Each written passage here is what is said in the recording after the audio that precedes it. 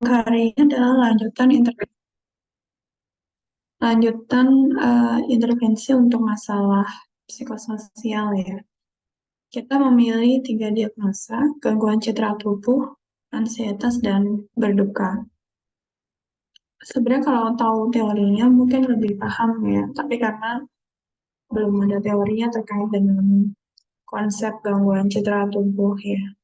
Jadi gangguan citra tubuh ketika pasien mengalami kehilangan anggota tubuh atau fungsi tubuh ya, yang ini akan mempengaruhi aktivitasnya. Jadi definisi dari gangguan citra tubuh adalah bagaimana seseorang memandang uh, dirinya ya secara fisik ya, termasuk juga fungsinya. Ya, em, kalau misalkan kita melihat ada pasien-pasien yang baru saja diamputasi, kemudian atau misalkan pasca kemoterapi gitu ya, dia akan kehilangan fungsinya. Jadi apapun yang mungkin um, mengalami disabilitas juga termasuk ya, itu termasuk gangguan citra tubuh. Jadi ada 2 SP untuk gangguan citra tubuh.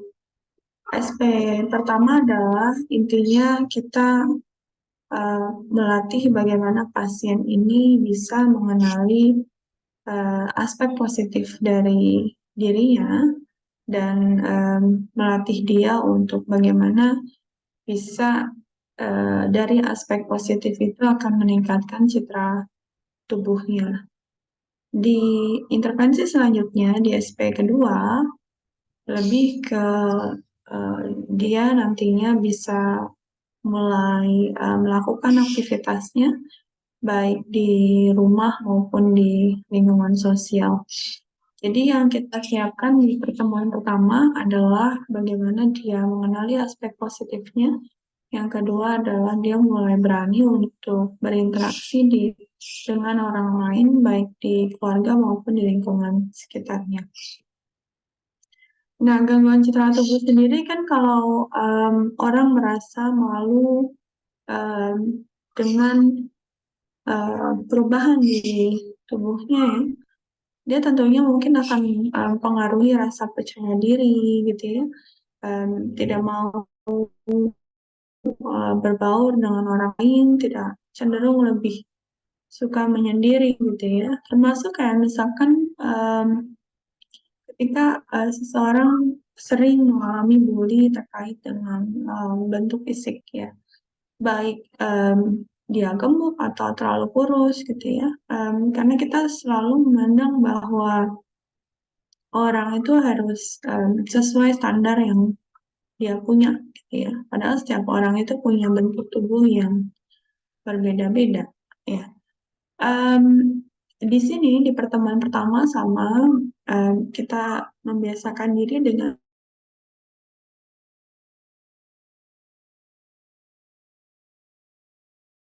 mengenasi fase orientasi, termasuk diantaranya apa? Memperkenalkan diri, perkenalkan nama saya Kamala, perawat yang akan merawat ibu selama 8 jam ke depan gitu ya.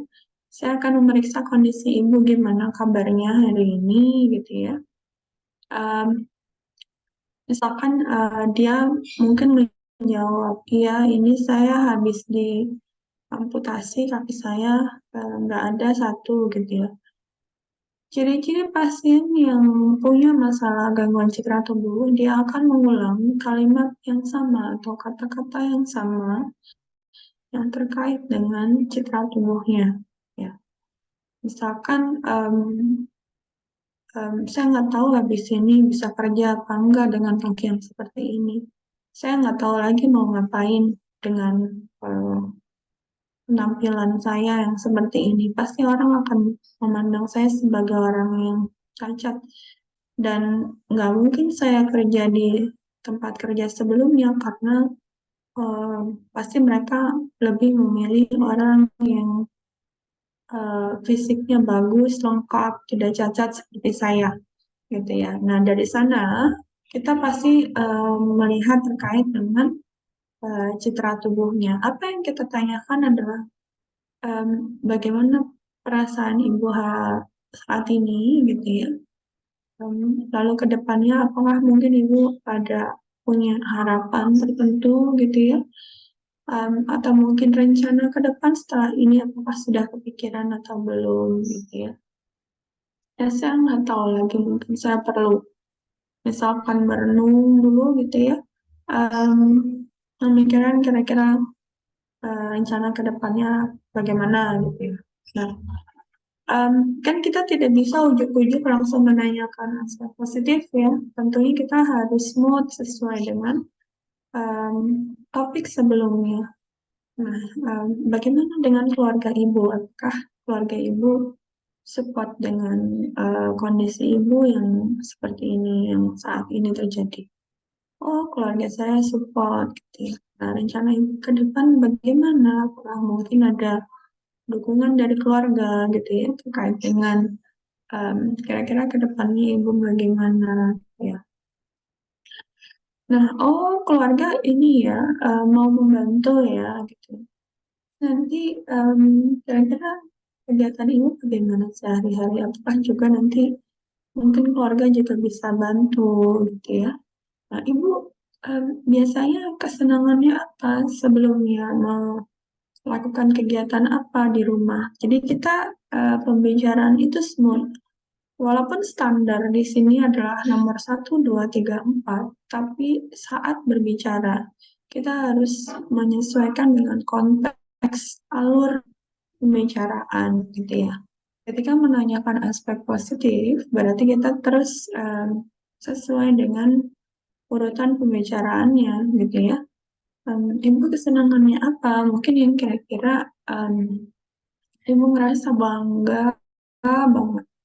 Mungkin ada em, hobi tertentu atau apa gitu yang misalkan ibu ngelakuin itu ibu merasa happy sekali, gitu ya. Dan orang lain mungkin juga kenal hobi ibu itu seperti apa. Misalkan saya suka menjahit, misalkan seperti itu ya. Dan orang-orang juga kenal ibu ya, kegiatannya bisa menjahit ya. Gimana kalau habis menjahit itu biasanya ibu senang apa enggak?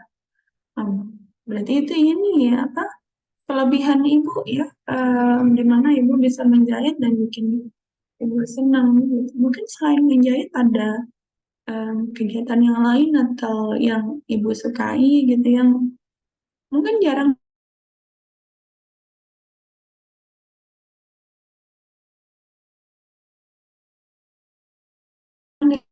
gali, bisa dua atau tiga, gitu ya.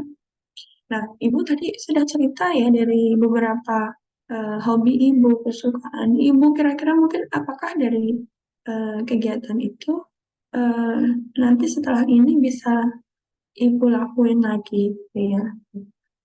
Oh ya, mungkin kira-kira ibu mau ngelakuin apa dari salah satu kegiatan saja yang mungkin dalam waktu dekat ibu mau ngelakuin, gitu ya. Oke, jadi em, apa namanya? Mungkin yang perlu eh, identifikasi benar-benar adalah terkait dengan kegiatan yang memang itu nantinya akan membuat dia lebih pede, dalam arti em, akan meningkatkan citra tubuhnya, gitu ya. Dia tetap bisa beraktivitas walaupun dengan kondisi yang tidak seperti semula, gitu ya. Itu adalah kegiatan-kegiatan yang bisa membuat dia lebih yakin untuk meneruskan kehidupannya selanjutnya. Nah, jadi kalau misalkan ibu melakukan menjahit tadi ya, mungkin setelah ini bisa juga support dengan keluarga supaya nanti setelah ini em, ibu juga bisa mengisi hari-hari, misalkan em, tetangga tahu ternyata ibu buka jahitan lagi, mereka mau eh, menitipkan bajunya, gitu ya, untuk dijahit sama ibu ya.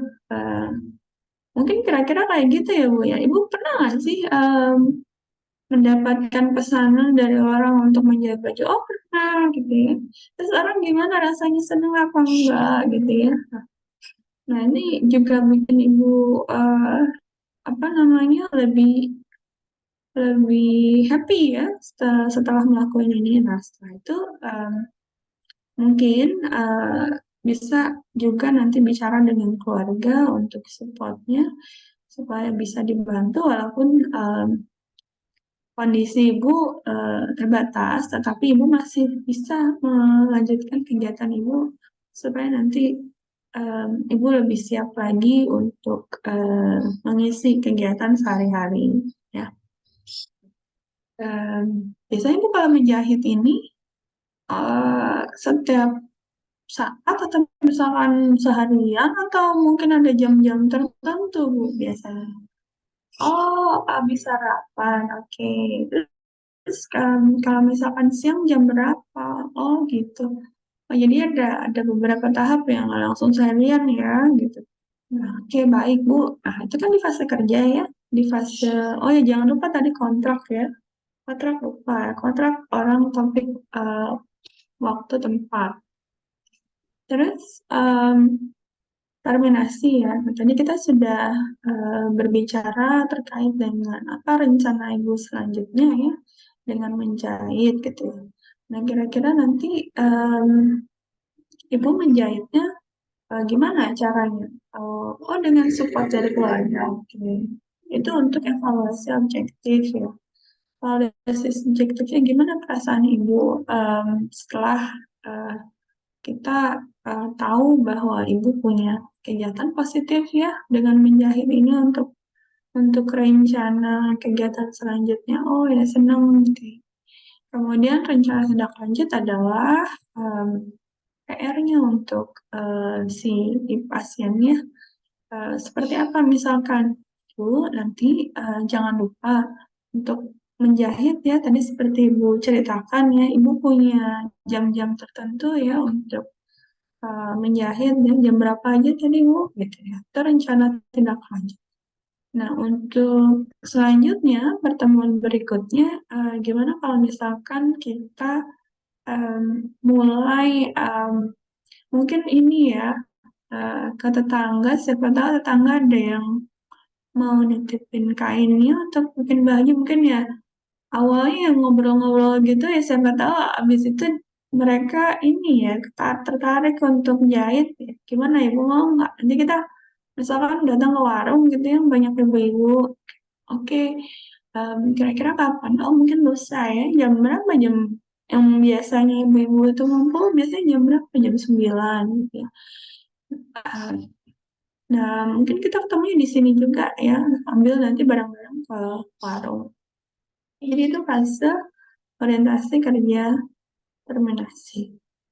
Nah, di pertemuan selanjutnya, pertemuan berikutnya sesuai dengan janjinya, em, pagi Ibu gimana kabarnya hari ini? Kemudian, masih ingat kita hari ini mau ngapain ya? Oh, mau jalan-jalan ke warung, oke. Nah, kemarin Ibu udah coba belum mungkin pemanasan sedikit-sedikit untuk menjahit gitu ya. Sudah bisa ya. Oke, sudah bisa nggak ada kesulitan ya. Oke. Sekarang gimana kalau misalkan Ibu ada nggak sih hasil jahitan yang sudah jadi gitu ya?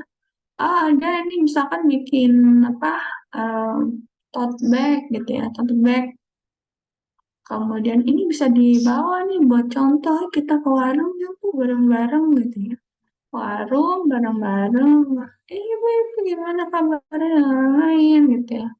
Terus misalkan ibu yang lain lihat, ih tasnya bagus banget, beli di mana? Oh nggak beli, ya gitu-gitu ya. Interaksi cara bertahap. Ini buatan ibu ini gitu ya. Mungkin ada yang lain yang juga mau nitip bikinkan tote bag ini gitu ya. Nah, terus kita ajak pulang gimana Bu tadi eh, rasanya ketemu dengan ibu-ibu yang lain. Oh ternyata mereka tertarik ya sama jahitannya ibu. Oh ini senang banget ternyata ya.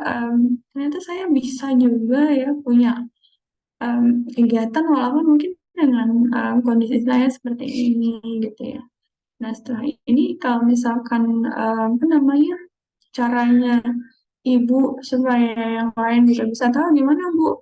Kalau tadi kan misalkan apa, oh ke warung gitu. Mungkin ada cara-cara lain misalkan um, lewat media sosial ya. Ibu mungkin bisa coba juga. Ya itu di apa namanya determinasi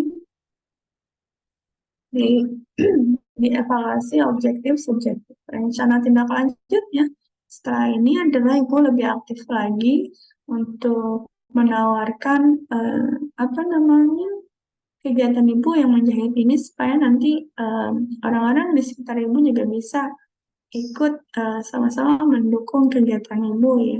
Ya, em, sampai di sini mungkin ya pertemuan kita, ibu hebat sekali sudah punya rencana untuk uh, ke depannya ya supaya ada kegiatan dan juga bisa menghasilkan uang juga untuk kehidupan ibu sehari-hari.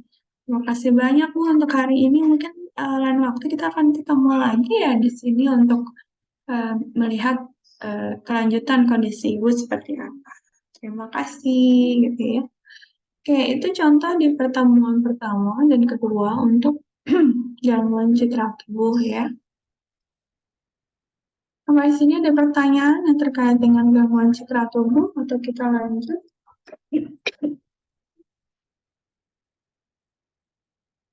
Sudah? Oke, kita lanjut ya.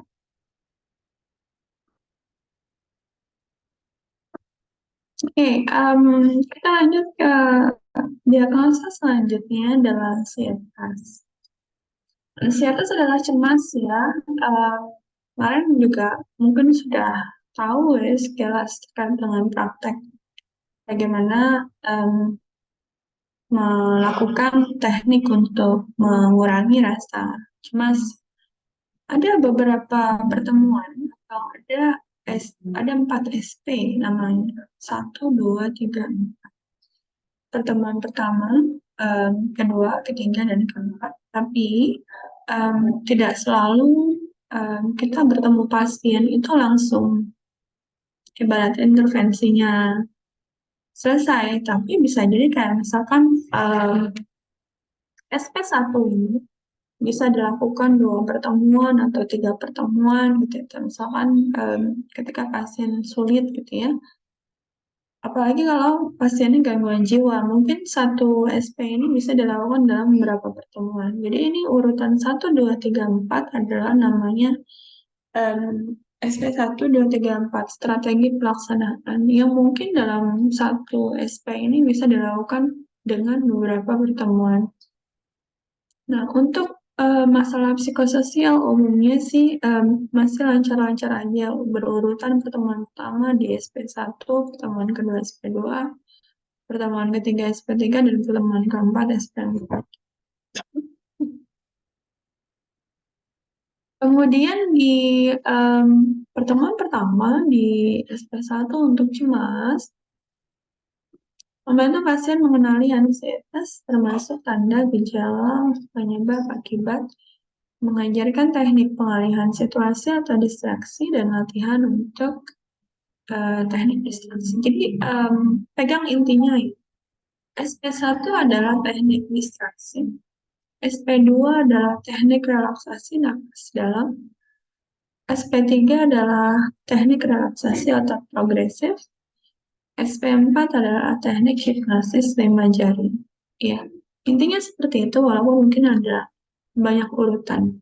Ya, ini karena intinya seperti itu harus dihafalkan.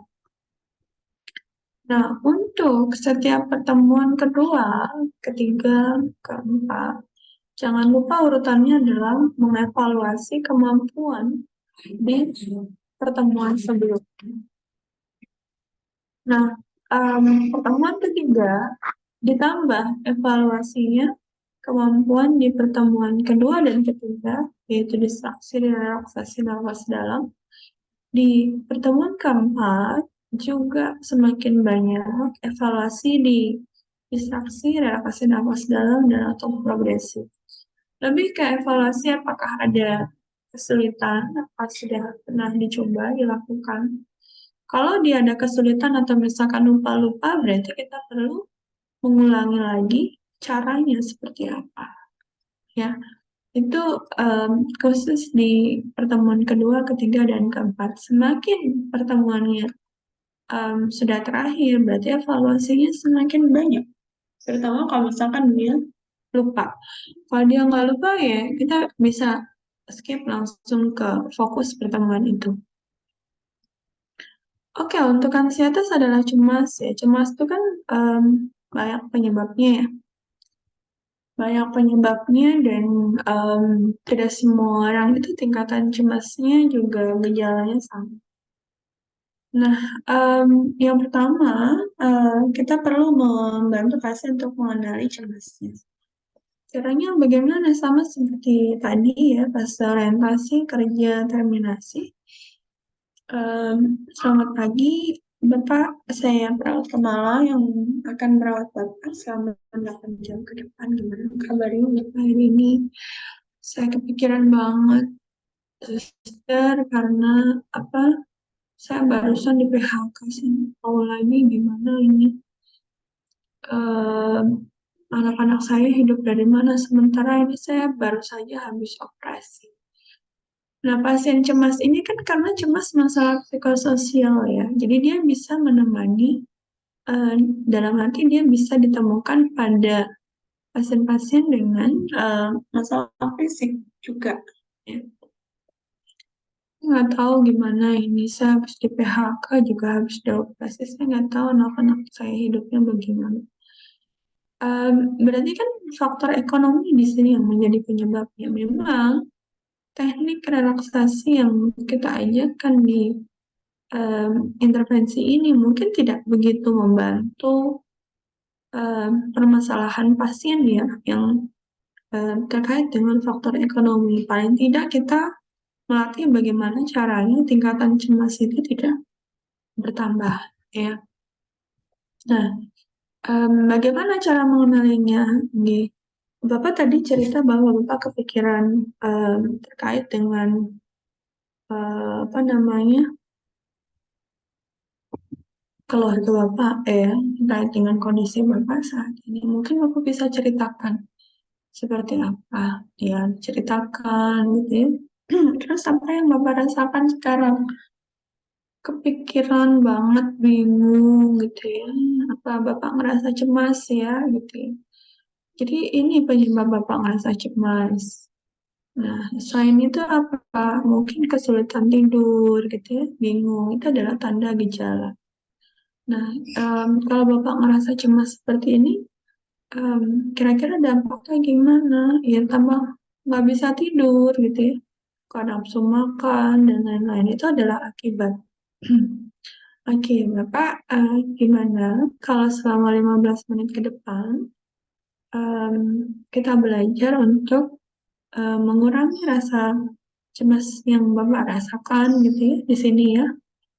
Oke, yang pertama, saya akan mengajarkan untuk cara eh, bagaimana mengalihkan perhatian Bapak dari rasa cemas itu dengan hal lain, misalkan. Mungkin Bapak biasanya ngerasa tenang gitu ya, pernah nggak sih em, pas lagi pusing-pusingnya, mumet gitu, tiba-tiba cari cara untuk merasa lebih tenang. Biasanya ngapain? Oh, saya biasanya itu em, lihat TV, lihat film komedi misalkan gitu ya. Oke. Nah, setelah lihat film komedi biasanya Bapak ngerasa lebih baik. Nah, kalau sekarang kita cari ya film komedi, gitu ya, kita lihat gitu ya. Ada nggak di TV ini film komedi jam segini ya, kita lihat. Kalau nggak nanti kita lihat eh, lewat YouTube gitu ya.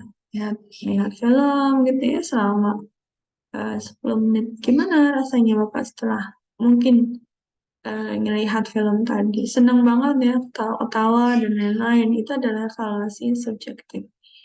Jadi, salah satu cara untuk mengurangi cemasnya Bapak mungkin Yang kita pelajari hari ini tadi apa Pak? Teknik mengalihkan situasi. Ini nanti bisa Bapak lakukan nanti begitu Bapak merasa cemas lagi. Itu adalah rencana tindak lanjut. Untuk kontrak pertemuan selanjutnya adalah gimana kalau misalkan besok jam 9 kita ketemu lagi mungkin em, kita sama-sama belajar untuk teknik relaksasi berikutnya adalah dengan nafas dalam.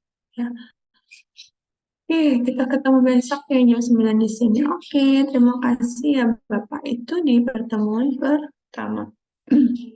Pertemuan kedua, mengevaluasi kemampuan pasien yang pertama, itu dievaluasi di pertemuan pertama. Tanya Bapak gimana kabarnya? Apakah sudah lebih baik hari ini?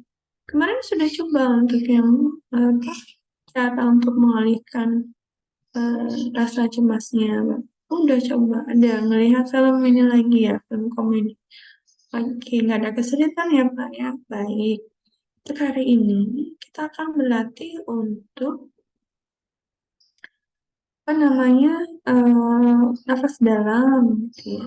Jadi Bapak ikuti saya contohkan dulu gitu ya. Oke, sekarang Bapak ulangi lagi sampai 3 kali. Oke, bagus gitu ya. Oke, bagus sekali. Kemudian evaluasi subjektif, objektif gimana perasaan yang Bapak setelah belajar teknik relaksasi nafas dalam senang. Gimana Pak? Bisa diulangi lagi untuk relaksasi nafas dalamnya bagaimana? Itu adalah evaluasi objektif. Rencana tindak lanjut adalah orientasinya. Bapak nanti kalau merasa cemas lagi, Bapak bisa melakukan teknik relaksasi nafas dalam. Kalau kemarin em,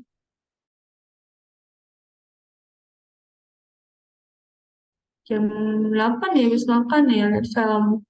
Nah, mungkin untuk yang relaksasi nafas dalam bisa dilakuin jam berapa? Jam 12 ya. Apalagi kalau misalkan Bapak tiba-tiba ngerasa cemas ya. Oke Bapak, mungkin itu aja. Terima kasih banyak untuk hari ini. Besok kita ketemu lagi ya jam 9 untuk belajar teknik relaksasi berikutnya yaitu relaksasi atau progresif. Di sini lagi ya Pak. Ya, oke. Lanjut kita di pertemuan selanjutnya di SP3. SP3 adalah mengevaluasi kemampuan yang pertemuan pertama kedua. Ya, jadi banyak nih. Ya Bapak ketemu lagi ya gimana? Masih masih ngerasa nggak enak? Ya masih sih. Tapi udah dicoba belum kemarin yang apa lihat komedi terus relaksi nafas dalam? Udah masih cemas? Oh masih. Kayak gimana misalkan kita belajar cara untuk relaksasi otot progresif. Oke, sebentar kita mungkin bisa melihat contoh dari YouTube ya. Bentar ya.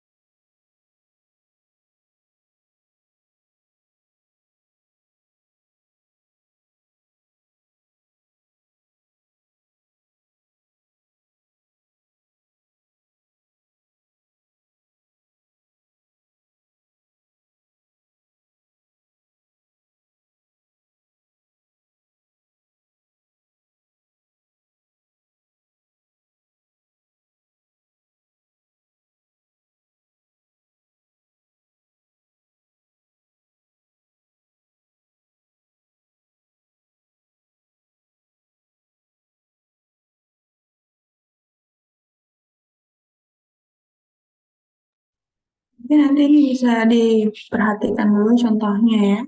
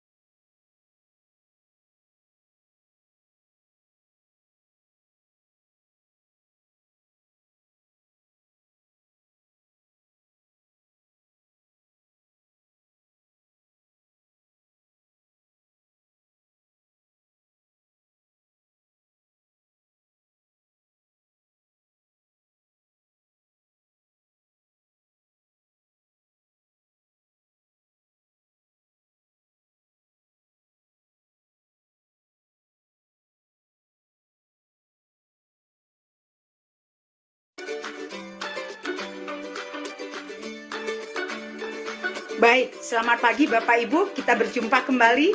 Kita sudah latihan bagaimana membuat otot-otot kita supaya rileks, supaya kita bisa tenang, supaya kita bisa tidur dengan istirahat dengan baik, dan kita bisa produktif dan melakukan aktivitas kembali. Boleh tinggal di pengungsian, tapi tetap sehat. Mungkin saat ini kita masih terpikir, itu normal, masih terpikir bagaimana rumah kita, bagaimana ladang kita, dan sebagainya. Dan mungkin itu selalu muncul di dalam pikiran kita, sehingga kita menjadi sedih, sehingga kita berdiam diri. Nah, sekarang kita harus bangkit. Mamuju bangkit, majene bangkit. Mari kita olah pikiran kita. Kami dari Ikatan Perawat Kesehatan Jiwa Indonesia.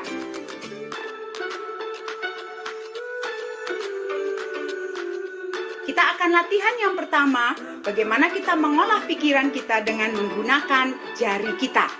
Ya, kita sebut ini fokus 5 jari. Oke. Kita latihan dulu. Jempol dengan telunjuk, jempol dengan jari tengah, jempol dengan jari manis, jempol dengan kelingking. Telunjuk, jari tengah, manis, kelingking. Saya akan pandu Bapak Ibu, ayo duduk dengan rileks. Teman-teman tolong dibantu di sekitar, supaya nanti bisa membantu jika ada hal-hal yang perlu kita bantu. Baik, kita mulai. Kita mulai dengan nafas dalam, membuat kita rileks. Ikutin saya akan pandu. Tarik nafas dalam dari hidung. Tiup dari mulut seperti meniupkan semua kesusahan kita. Sekali lagi. Tiup dari mulut sambil tutup mata. Fokus pada nafas saja. Tarik nafas. Tutup mata, kosongkan pikiran, fokus kepada nafas saja. Kita akan segera mulai, silakan nafas biasa, tenang. Oke, sekarang telunjuk dengan jempol. Ingat saat kita sehat. Ingat saat badan kita nggak ada hambatan apa-apa. Kemanapun tidak terganggu. Itu saja yang dibayangkan. Oke, sekarang jempol dengan jari tengah. Ingat semua orang yang membantu kita. Bayangkan betapa baiknya mereka. Jangan bayangkan orang-orang yang tidak membantu atau teman-teman tidak menghubungi kita. Bayangkan orang-orang yang membantu dan menolong kita. Itu aja yang dibayangkan. Pindahkan lagi jari manis ke jempol. Bayangkan dan ingat semua keberhasilan kita. Keberhasilan kita di tempat kerja, keberhasilan kita di keluarga, keberhasilan kita di masyarakat, ujian yang pernah diberikan, dan bayangkan kita sedang berada pada situasi itu dan kita sangat gembira. Pindahkan dengan jari kelingking. Bayangkan tempat yang paling indah yang pernah kita kunjungi, dan bayangkan kita sedang berada di sana bersama dengan keluarga bersenda gurau. Bayangkan kita sedang ada di situasi itu. Tarik nafas dalam, buka matanya. Tarik nafas dalam, buka matanya. Nanti bisa diulangi kapan saja. Jempol dengan telunjuk, bayangkan badan yang sehat. Jempol dengan jari tengah, bayangkan orang yang peduli pada kita. Jempol dengan jari manis, bayangkan prestasi, keberhasilan, dan ujian yang pernah kita dapat. Jempol dengan kelingking, bayangkan tempat yang paling indah. Oke, coba itu sehingga pikiran kita tidak mengganggu aktivitas kita sehari-hari. Boleh tinggal di pengungsian, tapi tetap sehat. Salam sehat jiwa.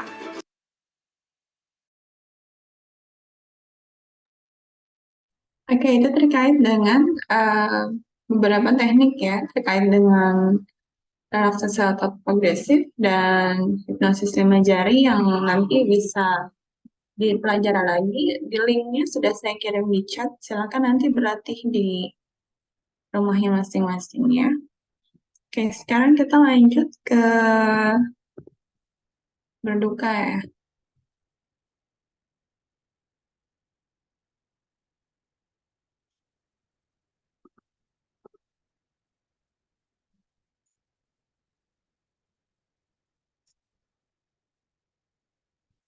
Oke, diagnosa berduka em, biasanya yang menyertai satu proses kehilangan. Ya, kehilangan tuh macam-macam, nggak cuma kehilangan seseorang, kehilangan barang, kehilangan momen dan lain-lain ya. Nah, pada orang yang berduka, tidak semua kayak misalkan berduka tuh kan ada yang responnya langsung, tapi ada yang em, dia delay. Nah, itu yang dikatakan patologis. Kayak misalkan mungkin pada saat seseorang yang dikasihinya meninggal, dia saat itu tidak menangis dan terlihat tidak apa-apa. Tapi begitu beberapa bulan kemudian ketika ada sesuatu yang mengingatkannya kembali, kemudian dia em, baru menangis, kemudian em, akhirnya muncul tanda dan gejala yang lainnya, entah dia mengurung diri dan lain-lain, itu adalah luka yang delay atau patologis. Nah, untuk berduka sendiri ada 3 SP ya, SP 1, 2, dan 3.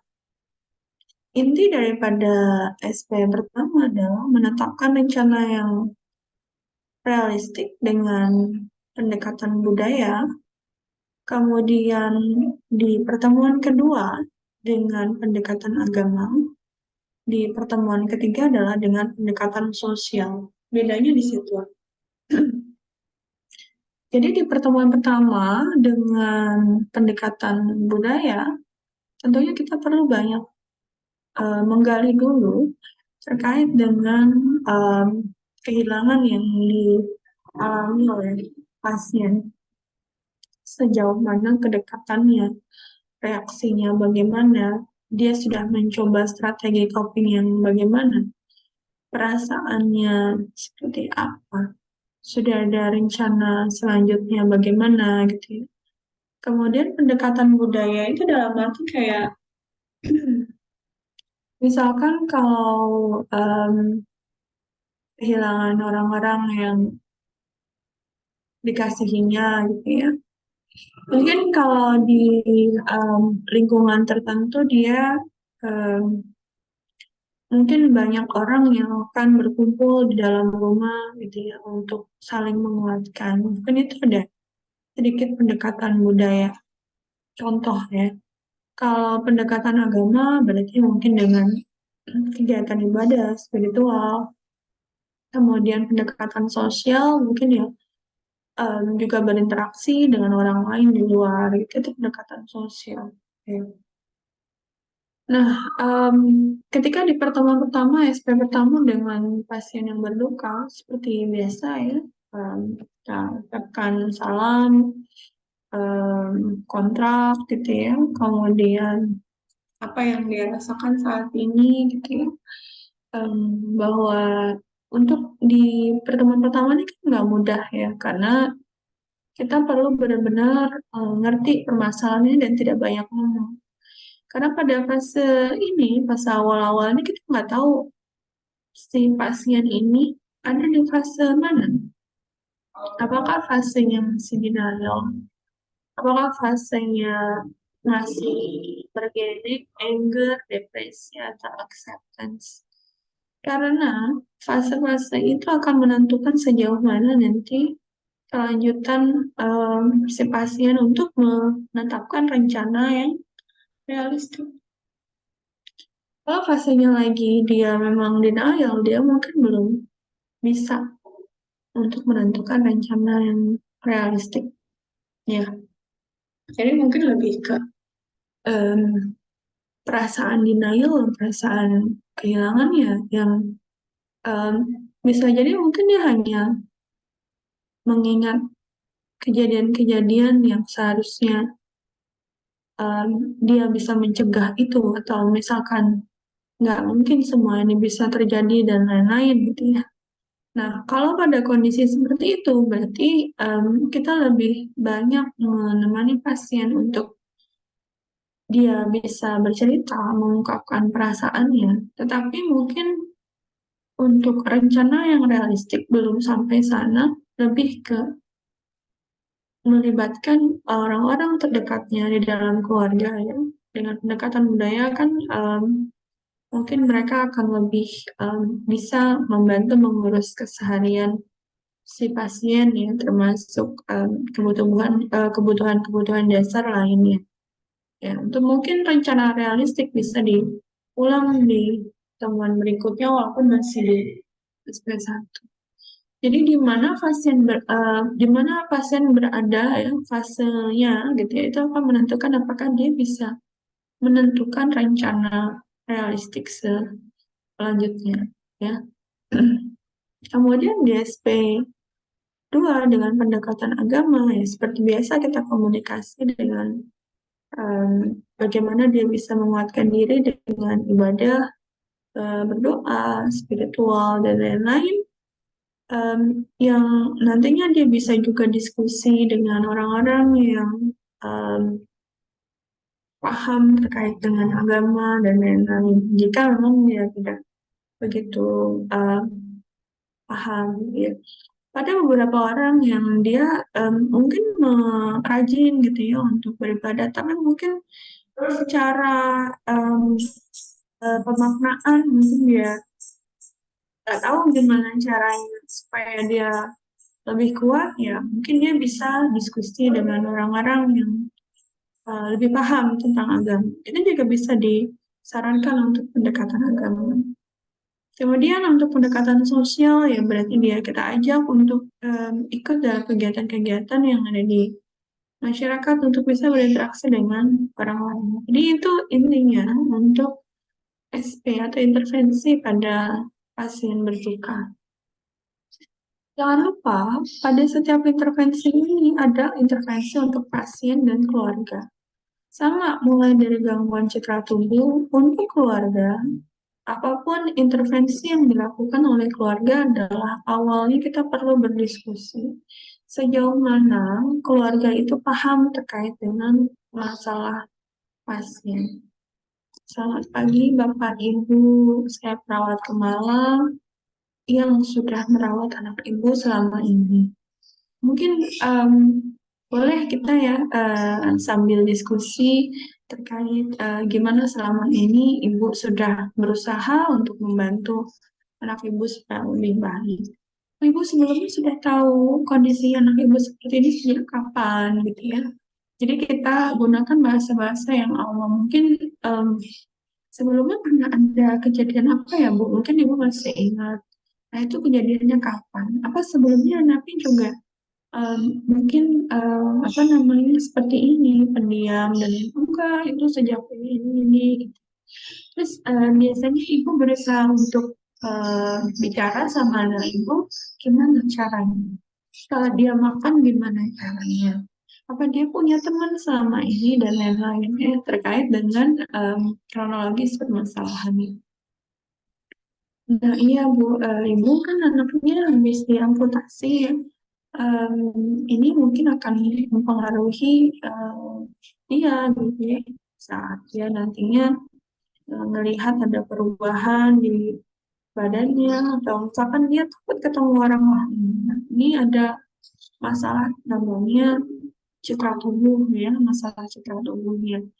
Ada cara untuk membantu dia supaya lebih pede lagi, supaya dia melihat tubuhnya lebih pede gitu ya. Ini caranya adalah dengan kegiatan yang um, mungkin bisa dilakukan.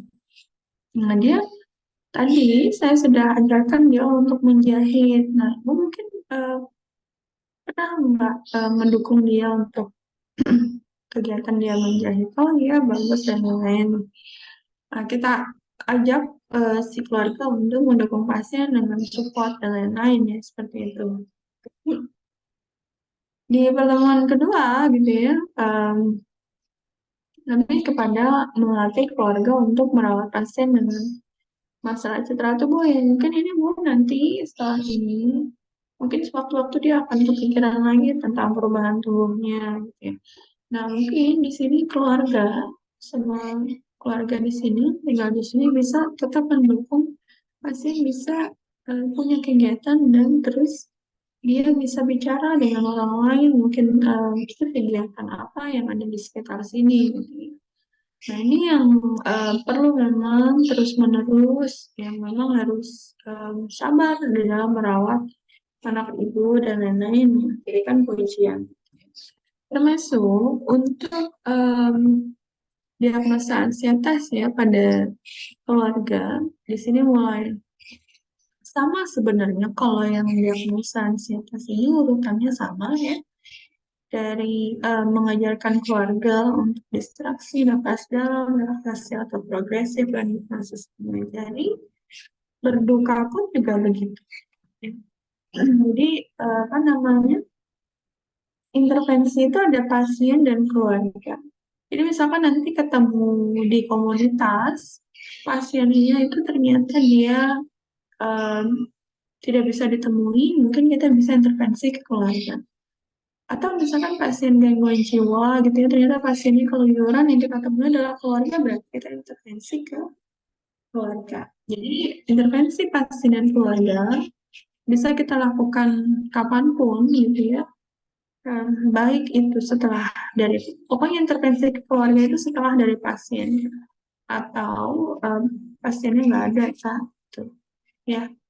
Jadi urutannya gitu, nggak tahu langsung ke keluarga, tapi mulainya dari pasien dulu. Sampai sini ada pertanyaan yang mau ditanyakan?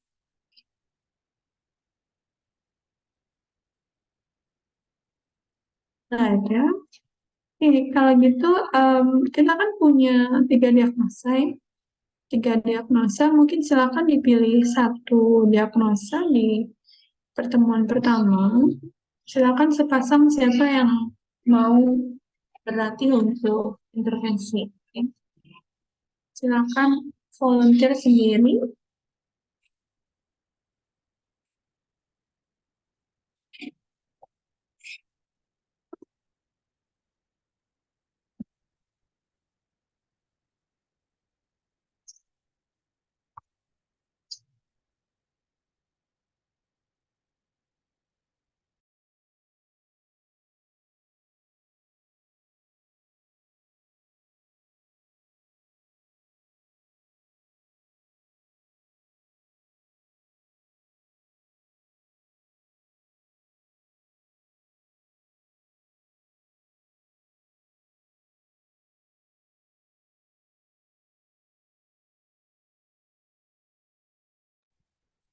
Ya ada dulu.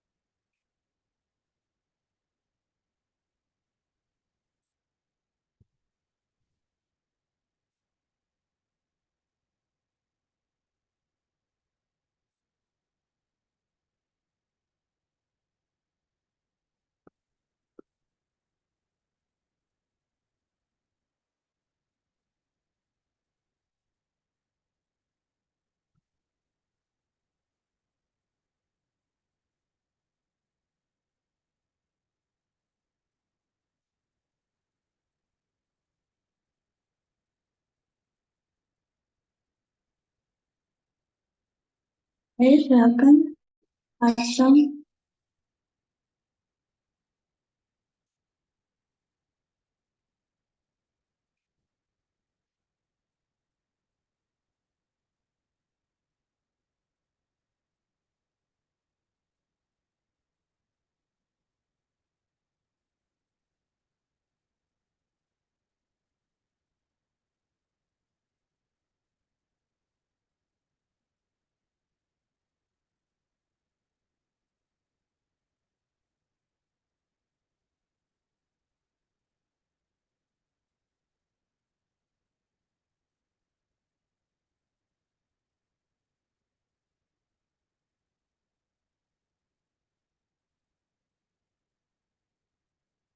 Belum pada makan ya, lemes sampai nggak ada suara.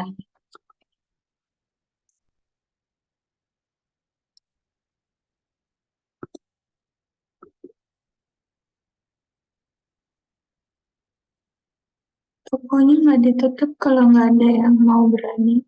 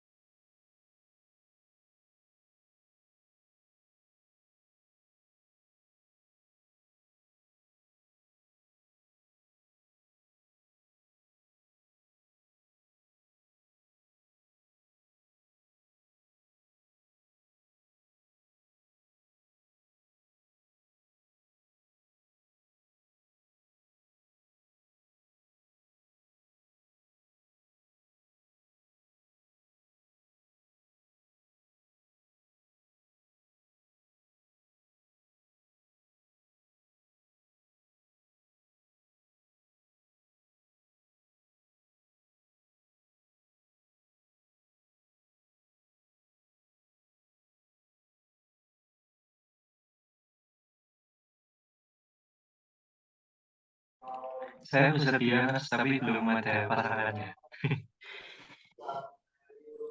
Oh, boleh aja, Jal.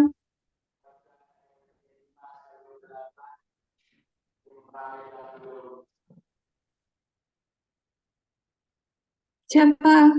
Kamu pilih aja ya.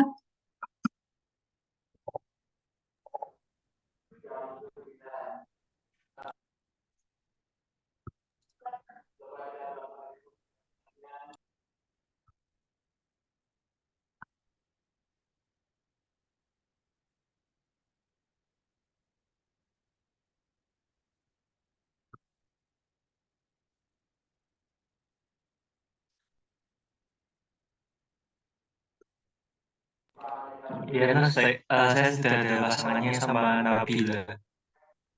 Oke, Nabila silakan. Baik, sebenarnya saya persiapan.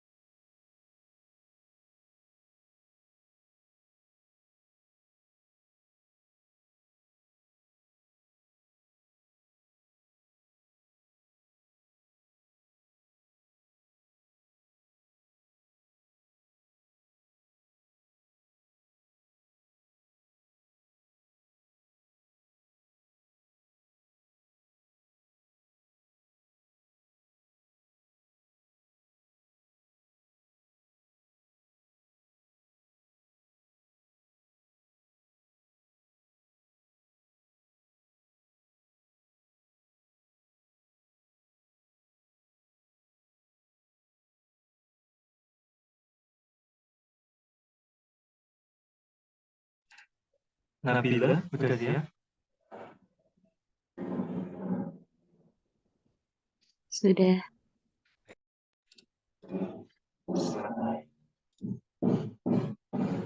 Assalamualaikum, Bu Nabila. Waalaikumsalam.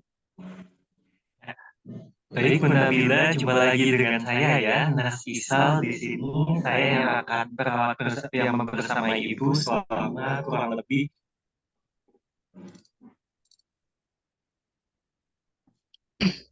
Baik, mohon izin ulang lagi. Baik, Ibu Nabila, selamat pagi Ibu. Kembali lagi dengan saya, Nas Isal yang perawat yang akan bersama Ibu selama kurang lebih 15 menit ke depan. Apakah dari Ibu Nabila bersedia? Bersedia, Nars.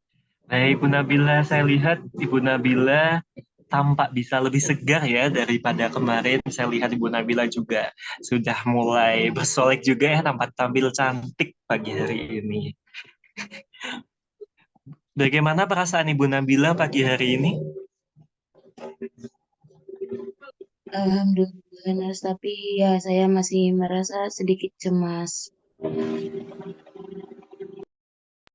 Oh, begitu ya Ibu. Jadi saya paham Ibu sekarang masih merasa cemas ya Ibu karena Ibu menjadi perawat juga yang jadi garda terdepan COVID. Saya paham perasaan Ibu ya.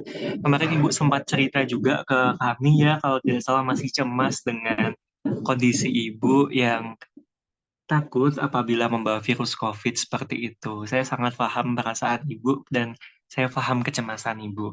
Jadi di sini saya akan bersama Ibu untuk melakukan bagaimana manajemen kecemasan seperti Ibu.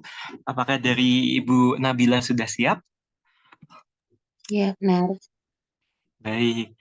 Jadi Ibu, di sini nanti kita akan melakukan teknik relaksasi nafas dalam Ibu. Sebelumnya dari Ibu, bagaimana menangani kecemasan sebelum saya berikan teknik ini? Saya ingin tahu terlebih dahulu dari Ibu Nabila seperti apa ketika menangani kecemasan. Bisa diceritakan Ibu? Oke, biasanya tuh saya tuh lebih suka menyendiri gitu loh, Nars. Terus apa namanya ya biasa kalau cemas dengerin musik apa semacamnya. Oh, jadi begitu ya Ibu, luar biasa sekali. Terima kasih sudah berani mengungkapkan ya Ibu ya. Jadi Ibu tadi menyampaikan bahwa Ibu biasanya menyendiri ya Bu. Dan di saat menyendiri itu apa yang Ibu biasa lakukan Ibu?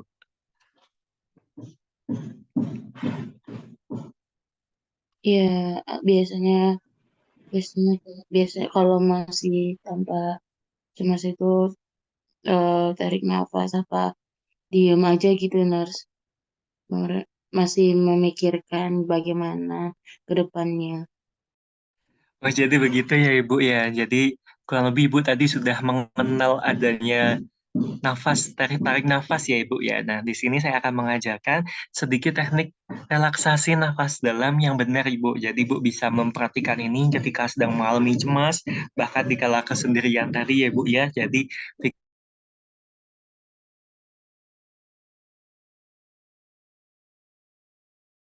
bisa lebih berkurang. Seperti itu, Ibu. Nah, jadi teknik relaksasi nafas dalam ini nanti dilakukan dengan caranya menarik nafas sebanyak dalam hitungan 4 detik ya, Ibu. Kemudian ditahan dengan hitungan 7 detik dan dihembuskan secara perlahan dari mulut dengan hitungan 8 detik. Apakah dari Ibu Nabila sudah paham? Bisa. Baik, saya ulangi lagi ya Ibu ya. Jadi hitungannya 4, 7, 8 ya Ibu. Ditarik nafasnya dari hidung 4 hitungan, ditahan 7 hitungan, dan dihembuskan dari mulut 8 hitungan. Baik Ibu, jadi saya pandu dari sini ya. Silahkan bisa ditarik nafasnya. 1, 2, 3, 4. Tahan, 1, 2, 3, 4, 5, 6, 7. Hembuskan lewat mulut pelan-pelan. 1, 2, 3, 4, 5, 6, 7, 8. Bisa diulangi lagi ya Ibu ya. Saya ulangi lagi. Tarik. Sambil dihitung Ibu. Pakai jari. Sudah. Hembuskan.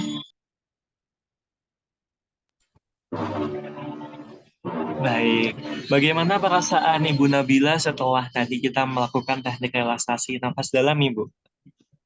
Sudah semakin rileks, Nar. Baik, sudah rileks ya Ibu ya, luar biasa tadi. Ibu sangat sudah bisa mempraktekannya dengan baik dan benar. Nah, sebelumnya Ibu, saya ingin tahu lagi nih dari Ibu tadi bagaimana teknik relaksasi nafas dalam yang sudah saya ajarkan, bisa diulangi Ibu? Bisa, Nas. Tadi itu yang pertama-tama tarik nafasnya dalam hitungan 4, terus tahan dalam hitungan 7, terus hembuskan melalui mulut dalam hitungan 8.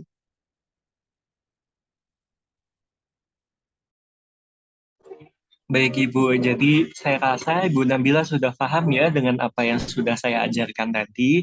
Jadi manfaat teknik relaksasi nafas dalam itu seperti itu. Apabila Ibu sedang mengalami kecemasan atau mungkin sedang teringat hal-hal yang kurang baik, Ibu bisa lakukan teknik relaksasi nafas dalam itu tadi.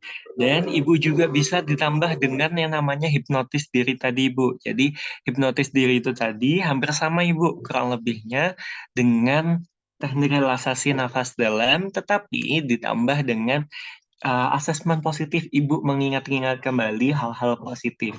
Jadi kurang lebihnya itu ditambah dengan asesmen hipnotis diri tersebut, Ibu. Nah, jadi nanti kurang lebihnya, Ibu tadi kan sudah hafal hitungannya berapa Ibu Nabila tadi? Hitungan tariknya. Iya, betul. Jadi hitungannya tadi 4, 5, 7 ya, Ibu. Betul sekali. Nah, nanti di hipnotis diri ini nanti Ibu sambil memegang jarinya ya. Jarinya nanti jari jempol ke jari telunjuk. Jari jempol ke jari tengah. Jari jempol ke jari manis. Jari jempol ke jari kelingking seperti itu. Jadi pelan-pelan saya bantu Ibu. Sekarang jarinya bisa diposisikan, bisa duduknya dengan posisi rileks senyaman mungkin. Ibu bisa arahkan jari jempolnya ke jari telunjuk. Sudah? Baik. Selanjutnya pikirkan hal positif. Pikirkan hal positif. Bayangkan ketika Ibu Nabila sedang sehat, rasakan aliran darah Ibu sudah mengalir seperti itu. Nah, sambil Bu lakukan teknik relaksasi nafas tadi, dilanjutkan jari jempol ke jari telunjuk dari tengah. Bayangkan pencapaian-pencapaian Ibu ya, dari Ibu ketika masih sehat, masih muda-mudi, ya masih bawa piala, pernah menang juara ini itu, atau di pencapaian kerjanya Ibu. Nah, jadi sambil ditarik nafasnya, bayangkan semua aura positif tubuh itu masuk ya dari luar, itu masuk ke dalam. Kemudian hembuskan ya Ibu ya, dihembuskan. Hembuskan semua aura negatifnya, keluarkan semua ya Ibu. Lanjut ke jari manis. Nah, di jari manis ini ingat orang terdekat Ibu, anak-anak Ibu, bahkan suami Ibu juga ya Ibu Nabila. Seperti itu. Lanjut kita ke jari telunjuk ya Ibu ya, ke jari telunjuk. Silahkan ingat kembali di mana tempat-tempat terindah yang Ibu pernah datangi, misal kemarin honeymoon kemana Ibu, jadi bisa diingat lagi. Seperti itu ya Ibu ya. Baik, sudah bisa difahami? Benar. Nah, jadi Ibu nanti bisa mengikuti itu dan bisa dilakukan ya secara sendiri nanti ketika di rumah. Ibu bisa lakukannya nanti di jam 9 atau di jam 9 pagi. Jadi saya jadwalkan nanti di 2 kali sehari ya Ibu ya. Nah, nanti misal sebelum tidur Ibu bisa lakukan relaksasi nafas dalam dan juga hipnotis diri tadi itu ya. Nah, kurang lebihnya seperti itu. Adakah yang ingin ditanyakan Ibu? Tidak ada, Nar. Sudah cukup dari penjelasannya. Baik, sudah jelas. Jadi, kira-kira apa yang Ibu dapatkan hari ini dari pertemuan bersama saya. Silakan bisa dijelaskan sedikit, Ibu Nabila. Ya, untuk mengatasi kecemasan itu saya bisa melakukan eh, apa tarik nafas dalam, terus melakukan relaksasi 5 jari, Nars. Baik, luar biasa sekali ya Ibu Nabila, sudah paham. Saya sangat mengapresiasi apa yang Ibu pahami dan Ibu lakukan hari ini. Semoga di pertemuan selanjutnya Ibu Nabila bisa lebih baik lagi ya, dan tentunya lebih semangat lagi. Nah, lebihnya cukup Ibu Nabila, nanti kita akan lakukan pertemuan di hari Rabu ya Ibu ya. Di hari Rabu, besok lusa, nanti Ibu bisa lakukan seperti yang tadi saya sampaikan. Ibu bisa melakukannya 2 kali sehari di pukul 9 pagi dan juga pukul 9 malam. Kurang lebihnya itu Ibu Nabila. Saya cukupkan Ibu Nabila. Sampai jumpa dan semoga sehat selalu. Terima Ya, kasih. Assalamualaikum. saya wabarakatuh. Hmm, Mungkin ada masukan dari yang lain, teman-teman yang lain? Nggak ada. Kenapa penting sekali? Sudah bisa semua ya. Oke, silakan nanti praktek masing-masing. Em, karena nanti untuk ujian kan pastinya diundi ya. Jadi kalau bisa kalian coba dilemesin lagi untuk interaksinya ya. Dari kemarin yang volunteer si Cal terus nih, yang lain harus berani ya. Em, kalau di jiwa itu belajar memberanikan diri itu butuh effort. Ya, jadi jangan takut salah karena justru kalau kita takut salah ya, kita membatasi diri kita untuk em, bisa berusaha gitu ya. Jadi kalau misalkan malu pun atau misalkan nggak ngerti cara ngomongnya, kalau kita tidak pernah membuka diri untuk belajar ngomongnya, ya susah nanti pada saat ujian itu akan kelihatan kayak tiba-tiba ngeblank, tiba-tiba jadi kayak keluar aja gitu. Nah, itu adalah rasa yang keluar kalau kita tidak ngerasa nyaman ngelakuin itu. Jadi, em, coba dibiasakan diri untuk berani ya, apapun em, itu, entah itu volunteer apa gitu ya, karena supaya kita terbiasa saja untuk melakukan itu secara otomatis ya. Karena kehidupan selanjutnya ya, kuliah itu sebenarnya miniatur dari kehidupan selanjutnya. Supaya kita nggak em, berdiam diri ketika terjadi sesuatu gitu ya. Ada gempa mungkin kita tidur, ada badai mungkin kita terbiasa tidur, ada tangga kebakaran mungkin kita diam aja. Jadi itu loh refleks otomatis yang harus kita biasa latih. Karena kalau kita tidak terbiasa melatih nanti fungsi otak kita itu tidak terbiasa untuk sigap. Ya, oke itu ya. Silakan nanti praktek masing-masing. Belajar untuk percaya diri. Memang butuh waktu, butuh proses. Jadi harus belajar untuk berani. Untuk panduannya tadi sudah saya kirimkan via chat. Kalau ada yang belum nyimpan, silakan minta di teman-temannya dan silakan praktek untuk latihan tadi yang lewat video YouTube ya. Oke, dari saya mungkin itu aja. Terima kasih untuk hari ini. Sampai ketemu lagi lain waktu. Saya akhiri. Assalamualaikum warahmatullahi wabarakatuh. Selamat pagi. Waalaikumsalam. Waalaikumsalam. Terima kasih, Ners. Waalaikumsalam. Terima kasih.